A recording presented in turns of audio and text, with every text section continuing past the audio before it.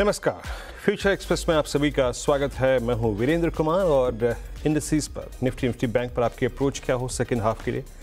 Critical day था, policy, bank Nifty की expiry, इन सब चीज़ों के बीच में क्या गजब की टर्बुलेंस है। आप देखिए सुबह हम बिल्कुल शांत खुले, बिल्कुल स्थिर, पॉलिसी आई, बाजार के हक में थी, फेवर में रही।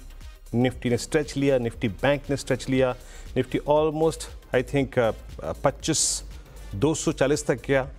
वहाँ से एक रिट्रेसमेंट, शार्प रिट्रेसमेंट, और बैंक निफ्टी करीब 51,700 तक गया, sharp retracement, and we are now down about I think नहीं फ्लैट है बिल्कुल 61 अंक नीचे। लेकिन अगर आप डे हाई से कंपेयर करें तो 630 अंक नीचे निफ्टी बैंक इस वक्त ट्रेड कर रहा है डे हाई से। देखिए पॉलिसी और आई थिंक सारा एनवायरनमेंट ठीक था, लेकिन दरअसल ये जो पूरा का पूरा पुल बैक का प्रोसेस हो रहा है ना, थोड़ा सा वोलेटाइल इसलिए है क्योंकि ये पूरी की पूरी प्रोसेस जो हो रही है वो क्रिटिकल एवरेजेस के नीचे हो रही है, 20 के नीचे हो रही है, 50 के नीचे हो रही है। जैसे निफ्टी के लिए 20 के नीचे हो रही है, निफ्टी बैंक के लिए 50 डे एक्सपोनेंशियल मूविंग एवरेज के नीचे हो रही है। तो इसीलिए बाजार हायर लेवल्स पे अपना कन्विक्शन खोता है बार बार। सुबह की अप्रोच क्या थी, लेके आइए बात करते हैं उस पर, फिर आगे बढ़ेंगे। राजेश पाल भी एक्सिस सिक्योरिटी से हमारे साथ जुड़ेंगे बातचीत करने के लिए। मैं इनफैक्ट कुछ ऑप्शन स्टैट्स दिख रहा हूँ क्योंकि बड़ी तेजी से नीचे इंडिसेस आ रहे हैं, तो मैं जरा ऑप्शंस की ट्रैजेक्टरी और मैं एक बार डायरेक्टर साहब अपडेट कर लीजिएगा ऑप्शंस के स्टैट्स पर, क्योंकि निफ्टी करीब करीब अब रिट्रेस होकर 25,121 पे आ गया है। राजेश पाल भी हमारे साथ मौजूद होंगे। सुबह की अप्रोच क्या थी, देखिए सुबह ये था व्यू कि हमें अभी 50 डे एक्सपोनेंशियल मूविंग एवरेज पार करना है। The moment you will cross 25054, 25,054, 25,131, a swing towards 25254 possible है। 25254 जो है वो एक पिवट पॉइंट था बड़े 2 पॉइंट से पहले। मैंने क्या बोला, हम 50 डेमा को रीगेन करेंगे तो हम 1020 तक का पुल बैक देंगे, बट 1020 से पहले हमें जिस क्लस्टर को, जिस पिवट पॉइंट को स्ट्राइक करना था, इट वाज 25254। अब वहीं से एक क्रैक आया है। अब दो चीजें जज करने लायक है। हमारे पास कल की उपलब्धि क्या थी? कल की उपलब्धि थी 25,000। हमारे पास आज सुबह की उपलब्धि क्या थी कि हम गए 50 डे एक्सपोनेंशियल मूविंग एवरेज 25,054 के ऊपर। बट क्या इस घटते हुए क्रम में, गिरते हुए हम 25,054 को होल्ड करेंगे? लेट्स जज। एक बार लिखे आइए ऑप्शंस के स्टैट्स। याद रखिएगा निफ्टी की एक्सपायरी कल है। ऑप्शन स्टैट्स क्या कह रहे हैं यहाँ पर आपके स्क्रीन पे? अगर आप कॉल राइटर्स और पुट राइटर्स के कन्विक्शन को देखें तो अभी तो आपको नजर आएगा कि हाँ 25,000 पे पुट राइटर बड़ा कंफर्टेबली बैठा हुआ है, बट अब उसके लिए थोड़ा सा रिस्क ये हो रहा है कि अब निफ्टी जो है वो खिसक के आ चुका है 50 डे एक्सपोनेंशियल मूविंग एवरेज के आसपास। 25,000 पे 54 लाख का आउटस्टैंडिंग वाई है और 25,300 पे करीब 54 लाख का, 25,200 पे 64 लाख का, यानी इंट्राडे में सबसे बड़ी कॉल राइटिंग 25,200 पे हो गई है। देखिए इस आंकड़े के मुताबिक अगर आपने सुबह ट्रेड लिया, अच्छा पैसा मिला, आप लेवल टू लेवल निकल गए तो भी अच्छा है। बट इन स्टैट्स के मुताबिक अगर 25,054 और 25,000 की ट्रैजेक्टरी वायलेट होती है तो पेन बढ़ेगा, तो पेन बढ़ सकता है, बशर्ते कि आप 25,000 या फिर 25,054 के जोन को वायलेट कर दें। And same is the case with Nifty bank. Nifty bank लेके आइए, जैसे ही 51,210 वो लेवल जो सुबह मेंशन किया गया था, जैसे ही वो निकला, क्रॉस हुआ, उसके बाद 1 मिनट के लिए नहीं रुका। अ वर्टिकल स्विंग टुवर्ड्स 51,500 और 51,700 सुबह के लेवल्स लेके आइएगा जरा प्लीज स्क्रीन पे। क्या बात हुई थी? अगर आप इस लेवल को काटते हैं 51,200, 388, 537 और 609, इनफैक्ट 819 पे आपका 50 डे एक्सपोनेंशियल मूविंग एवरेज है, वहां आप जा सकते हैं। बट मैं फिर कह रहा हूं 20 डेमा का ऊपर का बाजार और 20 डेमा का नीचे का बाजार थोड़ा डिफरेंट होता है। अब हम कोलैप्स होकर 51,100 पे आ गए हैं। ऑप्शंस के स्टैट्स लेके आइए, क्या कह रहे हैं इस वक्त की? क्या वैसा केस जैसे निफ्टी के लिए बन रहा था 25,054 50 डेमा और ऑप्शन राइटर्स का बेस, क्या निफ्टी बैंक 51,000 को होल्ड कर लेगा? क्यों? क्योंकि कल इसने 51,000 को जब स्ट्राइक किया था, इसने स्ट्राइक किया था 100 डे एक्सपोनेंशियल मूविंग एवरेज को, इसने स्ट्राइक किया था कॉल राइटर्स के जोन को। अभी आपके स्क्रीन पे 51,000 पे पुट राइटिंग तो बहुत स्ट्रॉन्ग है, एंड इट मीन्स दैट ये 51,050 को होल्ड कर लेगा। बट अगर 51,050 वायलेट होता है, याद रखिएगा किसी भी सर्कमस्टेंसेस में, तो 200-250 पॉइंट का एक स्विंग ऑप्शन राइटर्स को ट्रैप करने के लिए पॉसिबल है। याद रखिएगा, मेरे लिए अच्छी बात यह है कि हम सुबह एक स्विंग ले चुके हैं, बट अभी की बात यह है कि अगर 51,050 वायलेट होता है तो पेन ऑप्शन राइटर्स के लिए बढ़ेगा। राजेश पालवी एक्सिस सिक्योरिटी से हमारे साथ मौजूद है। Rajesh, good afternoon. कैसे अप्रोच कर रहे हैं आप इस वोलेटिलिटी को? व्यू क्या है आपका इस वक्त? Good afternoon Virendra ji. तो देखिए, मार्केट ने एक अच्छा पुल बैक का फर्स्ट हाफ में ऑलरेडी दे दिया है आरबीआई पॉलिसी के साथ, और हमें लगता है कि जिस तरीके से बैंक निफ्टी 51,600-700 के क्लस्टर पे जाके थोड़ा रुका है, वहाँ पे हमें लगता है कि थोड़ा सप्लाई जोन रहेगा ड्यूरिंग द डे एटलीस्ट, क्योंकि आज वीकली एक्सपायरी भी है। तो जो मेजर कॉल कॉन्सेंट्रेशन एरिया है उसके आसपास से ही बैंक निफ्टी ने एक सप्लाई जोन लिया है, हमें लगता है। लेकिन जिस तरीके से मार्केट ने लोअर साइड से एक बेस बना के रिकवरी के साइन यहाँ पे दिए हैं, तो हमें लगता है कि हो सकता है कि आज थोड़ा अब मार्केट साइडवेज रहे, लेकिन गोइंग फॉरवर्ड हमें लगता है कि यहाँ से कंटिन्यूटी आते हुए दिखेगी। एंड अगले 1 से 2 ट्रेडिंग सेशन में वापस मार्केट हमें लगता है कि हायर साइड पे मूव होता हुआ दिखेगा, और वंस अगर हम 51,600-700 के क्लस्टर को क्रॉस करने में कामयाब होते हैं स्पॉट पे, तो ये मोमेंटम 52,200 की तरफ भी बढ़ते हुए दिखेगा। अब ऑलरेडी हम यहाँ से हायर साइड से एक डिप ले चुके हैं, तो यहाँ पे वापस एक अपॉर्चुनिटी बनती है जो इंट्राडे ट्रेडर है उनके लिए। 51,000 के आसपास बैंक निफ्टी आता है तो वो एक जोन है। यहाँ से करीब 100 पॉइंट नीचे अगर मिलता है तो वहाँ पे बाय करने का जोन है। स्टॉप लॉस रखना होगा करीब 50,850 के आसपास, और पुल बैक में वापस आप 51,350, 51,400 के आसपास बैंक निफ्टी स्पॉट पे अगर आता है तो वहां पे बुक करें। ये बैंक निफ्टी का व्यू होगा। निफ्टी में हमें लगता है थोड़ा सा कंफर्ट जोन ज्यादा लग रहा है हमें। निफ्टी जिस तरीके से पोजीशनड है और 25,050, 25,100 के ऊपर सस्टेन कर रहा है, हमें लगता है यहाँ पे पॉसिबिलिटी है कि निफ्टी एक मूव लेता हुआ दिखे, और निफ्टी में हमें लगता है 25,250 की तरफ स्पॉट के लेवल आते हुए दिख सकते हैं। तो निफ्टी पे यहाँ पे बाय करने की सलाह है, और निफ्टी पे हमारे स्टॉप लॉस है करीब 25,030 के आसपास स्पॉट पे, और अपसाइड के टारगेट हम प्रोजेक्ट कर रहे हैं स्पॉट लेवल के हिसाब से 25,250 के आसपास। ओके, चलिए, तो आपका ये निफ्टी बैंक पे सेटअप हो गया। मीनवाइल अभी कुछ ही देर में आरबीआई की प्रेस कॉन्फ्रेंस शुरू होने वाली है, और आरबीआई गवर्नर जब भी बात करेंगे हम तुरंत उस प्रेस कॉन्फ्रेंस में जाने की कोशिश करेंगे, और सीएनबीसी आवाज़ और सीएनबीसी टीवी 18 द्वारा पूछे गए सवालों का उनसे इस बीच लता वेंकटेश प्रश्न पूछती हुई। Acutely being fought for at a high, do you think it will get percolated at all, and therefore, or transmitted at all? And therefore, what is your assessment of when deposit rates may peak off? Have they peaked off? You see, the interest rates or the policy repo rate, the decision of the MPC will be determined by the growth inflation dynamics. And we have been saying that repeatedly. Depending on the overall inflation outlook and the growth outlook, as mandated under the monetary policy, the interest rates, the MPC will decide with regard to the policy repo rate. Now, the lending rates, the deposit rates, and other money market rates naturally will move in tandem or in response to the interest, to the policy repo rate decided by the MPC. MPC, of course, takes into account multiple factors. Financial stability aspects and other aspects are taken into account. While primacy is given to inflation outlook and growth, MPC does take into account several other factors. But money market rates, including deposit rates or credit rates, they respond to the policy. And all factors are kept in mind by the MPC before taking decisions. No, I can't say whether interest rates or the deposit rates, the credit rates or the deposit rates are peaked.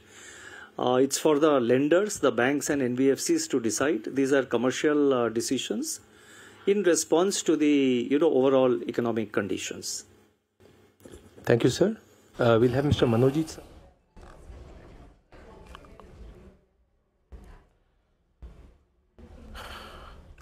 अभी हम थे RBI के press conference में, आप सुन रहे थे governor साहब को। मीनवाइल लौट के आते हैं Nifty volatile, Nifty bank volatile, Nifty 25,133 पे। अब एक काम करते हैं, ट्रेड्स पूरे कर लेते हैं। राजेश पालवी जी, आपके 3 ट्रेड्स आज के। पहला स्टॉक जो पसंद आ रहा है वो आईटी स्पेस से, और हमें लगता है जिस तरीके से पूरा आईटी स्टॉक्स में एक अच्छा मोमेंटम बना है, इन्फोसिस यहाँ पे बाय किया जा सकता है। इन्फोसिस फ्यूचर पे नजर है, स्टॉक अपने ऑलमोस्ट 5 से 6 वीक के कंसोलिडेशन रेंज का ब्रेकआउट अब करते हुए दिख रहा है। हमें लगता है जिस तरीके के फॉर्मेशन बने इन्फोसिस में, यहाँ पे नेक्स्ट टारगेट जो बन सकता है इन्फोसिस का करीब होना चाहिए 2000 से लेके 2020 की तरफ, ये स्टॉक का नेक्स्ट टारगेट बनते हुए दिख सकता है। तो इन्फोसिस फ्यूचर्स पे बाय करने की सलाह है। डाउन साइड में जो स्टॉप लॉस रखने होंगे वो होगा करीब 1930 के आसपास। दूसरा स्टॉक जो पसंद आ रहा है वो है फार्मा स्पेस से, और उसमें हमें लगता है ग्लेनमार्क फार्मा यहाँ पे बाय किया जा सकता है। स्टॉक अपने प्रीवियस स्विंग हाई को अब क्रॉस करते हुए दिख रहा है, और एक कंटिन्यूटी ऑफ अप ट्रेंड है। स्टॉक ने एक जो प्रॉफिट बुकिंग देखने को मिला था पिछले दिनों, वो 50 दिन के मूविंग एवरेज के आसपास से रिवर्सल यहाँ पे बना है, और स्टॉक वापस अपने प्रीवियस ऑल टाइम हाई को क्रॉस करते हुए दिख रहा है। हमें लगता है ग्लेनमार्क फ्यूचर में जिस तरीके की पोजीशनिंग बनी है, यहाँ पे नेक्स्ट टारगेट 1840 1850 की तरफ आते हुए दिख सकते हैं। स्टॉप लॉस जो रखना होगा करीब होगा 1745 के आसपास। तीसरा स्टॉक जो पसंद आ रहा है वो कैपिटल गुड्स स्पेस से, और उसमें हमें लगता है एबीबी को यहाँ पे फोकस में रखना चाहिए। ये स्टॉक में जिस तरीके के फॉर्मेशन बने हुए और स्टॉक में जो आज के दिन हमने देखा कि डेटा में लॉन्ग बिल्टअप बनते हुए दिखा है, यहाँ पे हमें लगता है कंटिन्यूटी रहेगी। एबीबी फ्यूचर में अपसाइड के टारगेट प्रोजेक्ट कर रहे हैं हम करीब 8700 की तरफ, तो एबीबी फ्यूचर बाय करने की सलाह है। डाउन साइड में स्टॉप लॉस होगा करीब 8520 के आसपास। ओके 8520 तक अगर आप देखें यहाँ पे लक्ष्य है। चलिए ये ट्रेड्स पूरे हो गए और अभी एक काम करते हैं, छोटा सा ब्रेक लेते हैं, लेकिन ब्रेक पे जाने से पहले जरा प्लीज़ आपको एक बार स्क्रीन पे दिखाइएगा स्पाइस जेट। आखिर मुश्किलों के दौर से चल रही इस स्पाइस जेट में ऐसा क्या हुआ कि आप एक स्ट्रॉन्ग पुल बैक देख रहे हैं? आज के सेशन में इस स्टॉक में काफ़ी स्ट्रॉन्ग मूव है और इसका कारण क्या है? छोटे से ब्रेक के बाद जब लौटेंगे तो बात करेंगे स्पाइस जेट की इस रिकवरी पर। 6530 लगभग 2.5 रुपये ऊपर ट्रेड करता हुआ in terms of percentage. I think it's strong move है आज। तो इस तेज़ी के पीछे कारण क्या है, छोटे से ब्रेक के बाद बात करेंगे।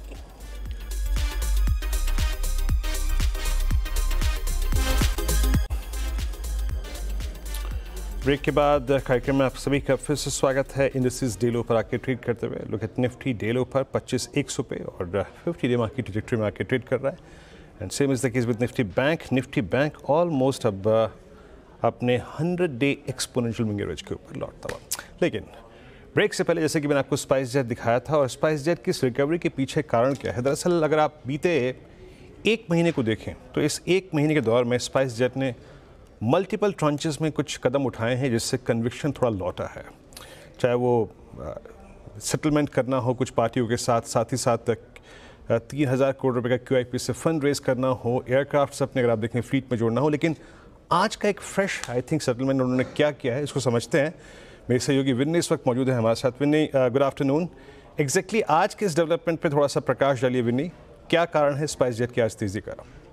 बिल्कुल, आज स्पेसिफिक कारण जो आ रहा है स्पाइस जेट की तेजी के लिए वो है कि एक बड़ा सेटलमेंट हुआ है। ये है बैककॉक एंड ब्राउन एयरक्राफ्ट मैनेजमेंट के साथ जो डिस्प्यूट चल रही थी उनकी। ये डिस्प्यूट जो है अराउंड $131 मिलियन को उनको पेमेंट की आ जाती थी अगर ये डिस्प्यूट उनको उनकी तरफ और फेवर में नहीं हुआ था। और ये सेटलमेंट आई और अभी उन्हें सिर्फ $22 मिलियन देना है इस सेटलमेंट में।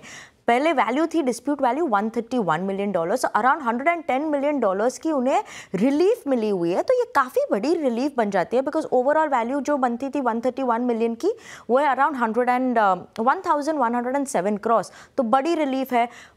स्पाइस जेट की डेट वो कम होने की क्षमता बढ़ जाती है क्योंकि प्री QIP की जो उनकी डेट देखे वो है अराउंड 5200 करोड़ की डेट थी, तो उसकी वजह से अब वो कम हो जाएगी QIP के बाद अराउंड 1300 करोड़, ये नुआबा ने बताया था। तो ये सेटलमेंट के बाद और भी पॉजिटिव बन जाता है कंपनी के लिए क्योंकि उनके लिए क्या होता है, स्ट्रॉन्ग बैलेंस शीट बन जाती है, उनकी डेट रिडक्शन हो जाएगी और फाइनेंशियल स्टेबिलिटी जो कंसर्न बढ़ती है कंपनी के लिए, ग्रोथ के लिए उनके लिए अभी पैसा बन जाएगा क्योंकि ये सेटलमेंट्स आते रहते हैं। तो ये जैसे आप फिगर देख रहे हैं 1300 करोड़ की नेट डेट थी पोस्ट QIP, तो ये श्योरली एक पॉजिटिव बेनिफिट बन जाता है।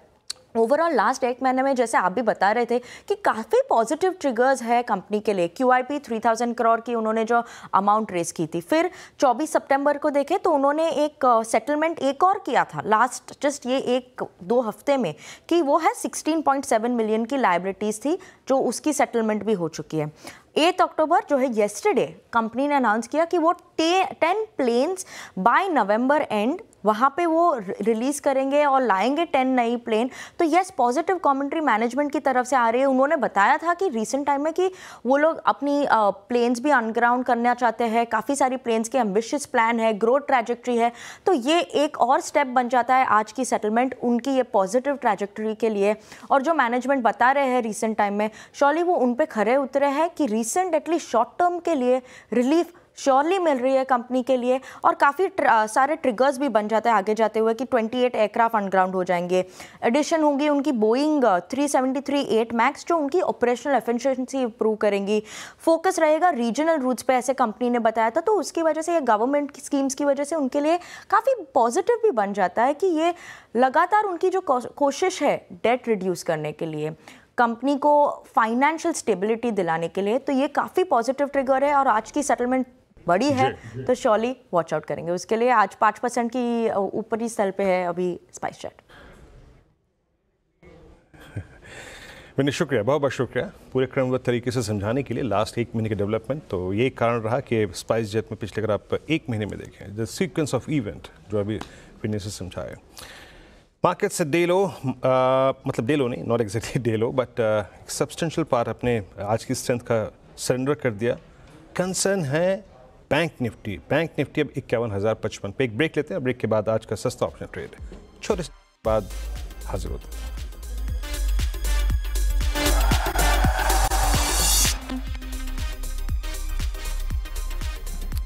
ब्रेक के बाद कार्यक्रम में आप सभी का फिर से स्वागत है। चलिए अभी काम करते हैं, आज का ऑप्शन ट्रेड पिक करते हैं। राजेश पालवी जी बताइए क्या पिक कर रहे हैं आप आज?